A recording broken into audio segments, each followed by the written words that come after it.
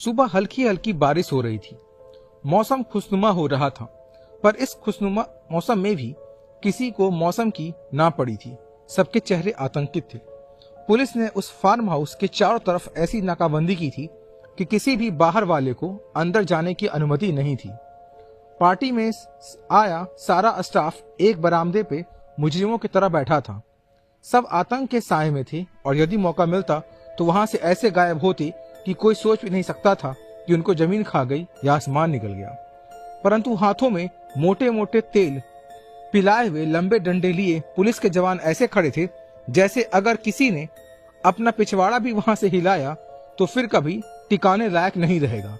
परंतु वहां सबके चेहरे पर ऐसी मुर्दानगी छाई हुई थी जैसे वो लोग होश में ही ना हो। इतने लोग होते हुए भी वहां मरघट जैसा सन्नाटा छाया हुआ था। वो सन्नाटा भंग हुआ एक सफेद रंग की स्कॉर्पियो के टायर घिसने के कर्कश आवाज से।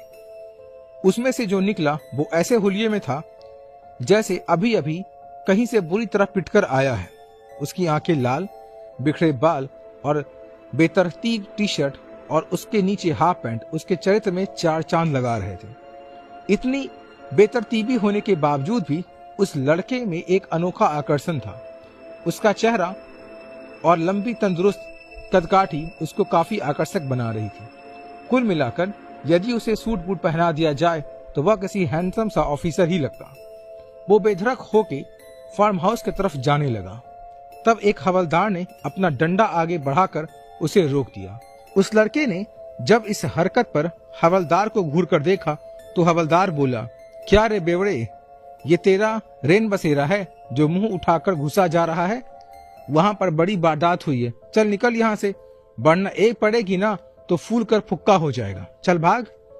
इतने में वहां एक सब इंस्पेक्टर की कड़क आवाज गूंजी, हे क्या चल रहा है यहाँ पर? जैसे ही हवलदार और वो लड़का पलटा, सब इंस्पेक्टर मुंह फाड़े उस हवलदार और उस लड़के को देखने लग गया। कुछ ही पलों में वो सारा माजरा समझ गया। वो पास आकर हवलदार से बोला, इडियट, पता चल भी रहा है किसके साथ बदतमीजी कर रहे हो? फिर वो उस लड़के की तरफ पलटा और एक जोरदार सैल्यूट उस लड़के को मारकर बोला, एसआई विक्रम रिपोर्टिंग सर। वो लड़का मुस्कुराया और एक कस का घूसा विक्रम के पेट पर मार दिया और बोला, साले तू मुझे कब से सैल्यूट करने लगा? कमीने, एसपी होऊंगा मैं बाकी शहर के लिए, तेरा तो यार हूं मैं।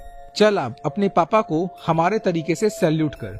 हवलदार जो यह देख रहा था, उसका खड़ूस और खतरनाक एसआई किसी फटीचर से घूसा खा रहा था तो उसके होश उड़ गए। तब उसे नीचे से धरती हिल गई और उसे पता चला कि वह फटीचर लड़का जिसे वो डंडे से हड़का रहा था वो कोई और नहीं बल्कि नया एसपी है। पर वो सचमुच गस खाकर नीचे ही गिर गया जब उसे पता चला कि वो दोनों बहुत गहरे दोस्त हैं। विक्रम ने गुस्से में घूरकर और एसपी ने हंसकर उसे देखा तो उसे लगा कि उसकी नौकरी गई। इससे पहले कि विक्रम उसे कुछ कहता, एसपी बोला, मेरा यार बहुत तुड़ाई करता है। इससे पहले कि ये सांड बिदक जाए, जा भाग ड्यूटी बजा, वरना तू तो फुग्गी बनने लायक भी नहीं रहेगा। कहने की दरकार तो नहीं थी कि विक्रम की शक्ल देखने के बाद वो हवलदार वहां वैसे भी रुकना नहीं चाह रहा था।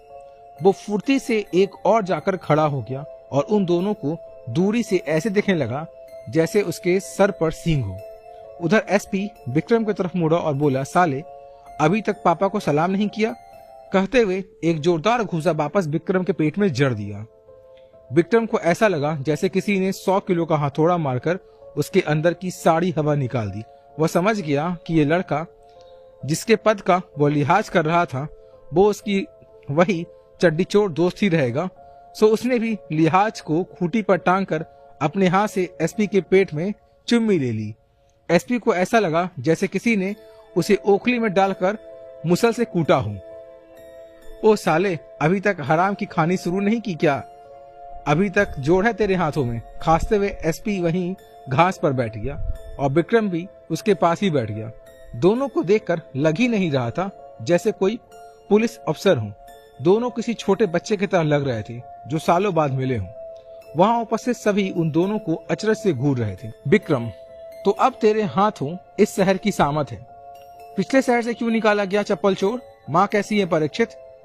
एसपी, माँ एकदम अच्छी हैं, हमेशा अपने दूसरे बेटे को याद करती है, बस वही नालायक घमंडी है कभी मिलने ही नहीं आता। तो मैं उसे लेने आ गया हूँ घर वापस। कुछ दिन छुट्टियों पर चलेंगे, इसलिए इस शहर में ट्रांसफर कराया। इससे पहले जोधपुर गया था, वहां पता चला कि तेरा कुछ दिनों पहले ही ट्रांसफर हुआ है। फिर से किसी नेता की नेतागिरी झाड़ ली थी क्या विक्रम? वही समझ ले यार।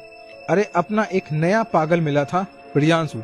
साले ने 3 लड़कियों और एक म्यूजिक टीचर को किडनैप करके मारकर लाशें कहीं गायब कर दी। कमीना इंटेलिजेंस का स्नाइपर निकला, हमें बेवकूफ बनाकर कहीं गायब हो गया था। हालांकि उस शहर में ड्रग माफियाओं की कमर उसने बुरी तरह तोड़ दी। शहर में अमन चैन कर दिया। पर मरने वाली एक लड़की एमपी की भतीजी थी। लाश न मिलने के कारण मुझ पर चढ़ रहा था, तो मैंने उसकी बत्तीसी झाड़ दी। मेरे रिकॉर्ड को देखते हुए सस्पेंड होने से तो मैं बच गया, पर ट्रांसफर जरूर मिल गया। परीक्षित, एमपी को सीख दिया, वाह बेटे वाह, मौज कर दी। चल अब काम की बात पर आते हैं। ये बता मुझे, सुबह सुबह नींद से क्यों उठाया गया है? साला ब्रश भी नहीं किया और डीएम का कॉल आया था। बोले कि पर्सनली देखने लायक केस है, वो भी अपनी यारी ही है, तो टाल ना सका। विक्रम, भाई तू खुद ही चलकर देख तो समझ जाएगा, मैं समझा ही नहीं पाऊंगा। परीक्षित, ऐसा क्या देख लिया जो तुझे चिंता में डाल दिया है? तू कब से फट्टू बन गए बे? चल दिखा, मैं किसी से नहीं डरता, तेरी तरह नहीं हूं। विक्रम मुस्कुराते हुए वहां पीछे की साइड में बने एक तहखाने तक परीक्षित को ले गया। उसका दरवाजा अलग से ही था। जल्दी में देखने से वो कोई छोटा सा स्टोर टाइप का लगता था। परीक्षित अंदर जाने लगा तो पहले उसने निचली सीढ़ी के दरवाजों पर खून के धब्बे देखे, जैसे किसी ने किसी का सर वहां फोड़ा हो। फिर से गेट खोलकर अंदर गया। गेट भी बहुत मोटा लोहे का बना हुआ था, जैसे कोई बैंक की तिजोरी या गेट हो। अंदर का नजारा देख वो सन्न हो गया। वहां एक लाश पड़ी थी, जिसके मुंह और सीने में बड़ा सा छेद था जो आर पार थी। ऐसी मौत तो उसने कभी ना देखी थी। परीक्षित के पैर दहल गए थे। वो हिम्मत करके आगे गया तो एक दीवार के पास एक और लाश पड़ी थी, जिसका गला उखड़ा हुआ था और वहां एक ही बूंद खून की नहीं थी, जैसे सारा खून किसी ने पी लिया हो। तहखाना काफी आलीशान था, उसे अय्यासियों के लिए ही बनाया गया था, परंतु अभी के हालात उसे आलीशान नहीं भयावह बना रहे थे। परीक्षित ने देखा वहां एक अधखुला गेट था, उसके पीछे एक पलंग दिख रहा था, शायद वो बेडरूम था। उस पलंग की सफेद चादर बाहर से ही लाल दिख रही थी, यानी वहां भी लाश थी। परीक्षित धड़कते दिल के साथ उसके अंदर घुसा तो वहां उसने देखा कि वहां एक लाश को बेड पर कीलों के सहायता से ठोका गया है। उसका पेट फाड़कर उसकी आंख निकालकर उसको दीवार पर खास पैटर्न में चिपकाया गया है और लिखा गया था बलात्कारी। उसका गुप्तांग उखाड़कर उसके ही मुंह में गले तक ठूंसा गया था। ये दृश्य परीक्षित से बर्दाश्त ही ना हुआ और वो उल्टियां करते हुए बाहर भागा और बाहर आकर वो भी उल्टियां करता रहा।